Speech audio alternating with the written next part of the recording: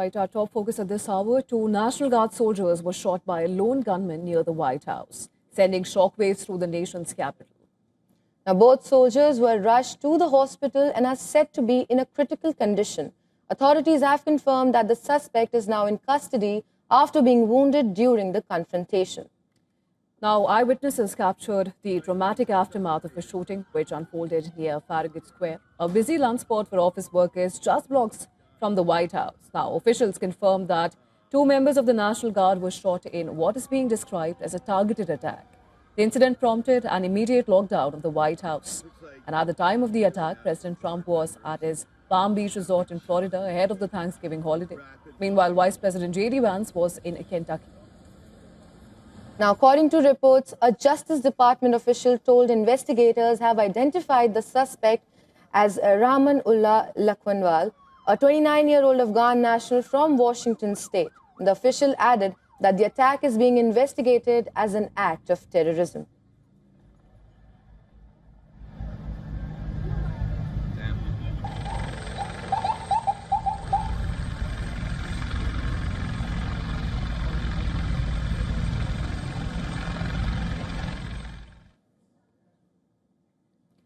Now, in a social media post, President Trump had condemned the suspected shooter, calling him an animal who would pay a very steep price. He also praised the service and sacrifice of the National Guard.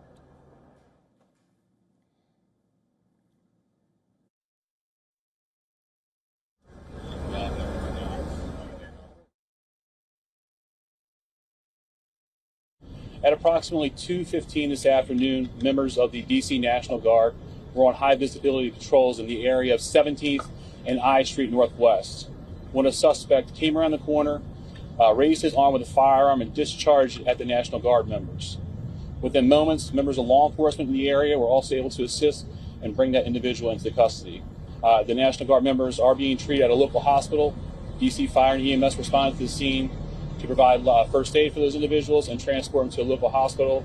The suspect in this case was also transported for treatment at a local hospital. What we know, Andrea, is that this is a targeted shooting. One individual who appeared to target these guardsmen, that individual has been taken into custody.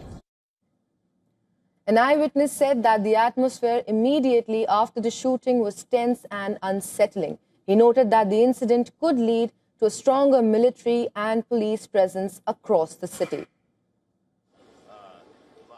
Not really, didn't see blood. You know, I think it was a little bit too far for that being across the street.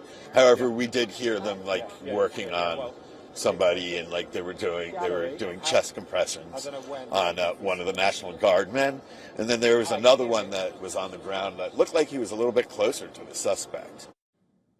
Well, another video showed a helicopter, police and emergency vehicles converging on the scene following the shooting incident. Now, Secretary of War Pete Hegseth announced that President Donald Trump has directed the deployment of 500 additional National Guard troops to Washington, D.C.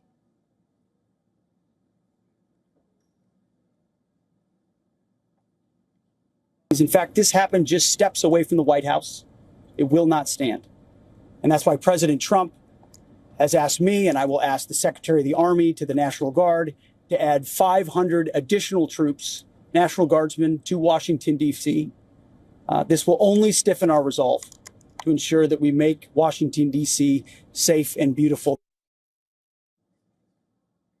And for more on this, our correspondent Susan Tehrani has sent us this report from New York. Take a look. Two members of the National Guard were shot just blocks away from the White House on Thanksgiving Eve in what officials are calling a targeted ambush. The guardsmen were on a high visibility patrol when a lone gunman approached them and opened fire. The suspect has been taken into custody. The motives are unclear.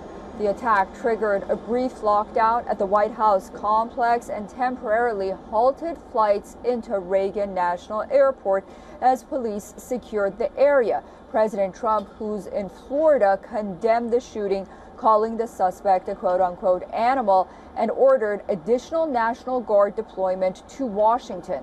Authorities say there is currently no threat, but the investigation remains active, and of course, has only just begun. Susan Tahrani reporting from New York for WION World is One.